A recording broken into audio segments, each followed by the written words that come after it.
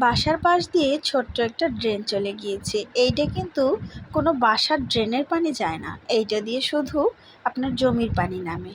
যেহেতু আমাদের বাসা গ্রামে, যার কারণে বাসার পাশ দিয়ে এরকম একটা ড্রেন করা হয়েছে।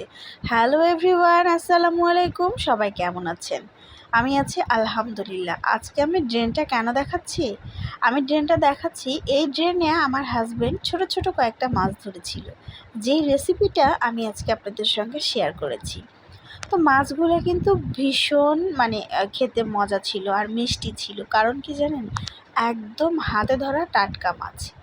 তা আমি ভাবলাম একটু আপনাদের সঙ্গে ভিডিওটা শেয়ার করি কিভাবে মাছটা ধরা হয়েছে।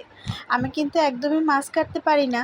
তো যাই হোক, যেহেতু খুব শখ করে আমার হাজব্যান্ড ধরেছে আমার বাচ্চার জন্য, আমার মেয়ের জন্য সে মাছগুলো ধরেছে। আমার মেয়ে কিন্তু মাছ ধরা বা মাছ হাতে নিয়ে রাখতে খুবই পছন্দ করে। বিশ্বাস করেন, তার বাবা কিন্তু তার জন্যই মাছ ধরে। ওর মাছ ধরাটা মেয়ের জন্য আর কি। মেয়ে উৎসাহ দেবে আর সে খুশিতে খুশিতে মাছ ধরবে। বিশ্বাস করেন ভাইরে ভাই, আমার কী যে বিরক্ত লাগে। আর এই যে বড় বড় কইগুলান, এত কাটা এত কাটা কাটা, শুধু বারবার হাতে ফুটে যাচ্ছিল। কিন্তু কি করব, মেয়ের মুখের দিক তাকায়। মেয়ে আমার পাশে বসে থেকে ভিডিও করছে।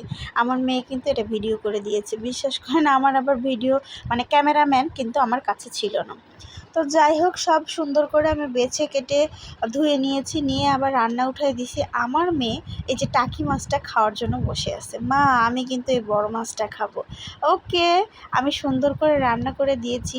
আর রান্না করার লাস্টে যে ভিডিওটা, খাবার পরিবেশন করার আগে ভিডিওটা করব, সেটা আমার একদমই মনে ছিল না, আমি ভুলে গিয়েছি। তো যাই হোক, যতটুকুই বেঁচে ছিল ততটুকু সুন্দর একটা কালার ছিল জন্য আমি আপনাদের সঙ্গে শেয়ার করেছি। শেষের অংশের অতটুকু মাছ দেখে কিন্তু আপনারা কেউ কিছু মনে করবেন না। আমার মাছ রান্নাটা অনেক সুন্দর হয়েছিল এবং অনেক মজার হয়েছিল। কারণ ওই যে টাটকা মাছ সুন্দর করে কেটে বেছে নিয়ে আমি রান্না করেছি। আর আমরা সেদিন এত মজা করে ভাত খেয়েছি, ভীষণ মজা করে।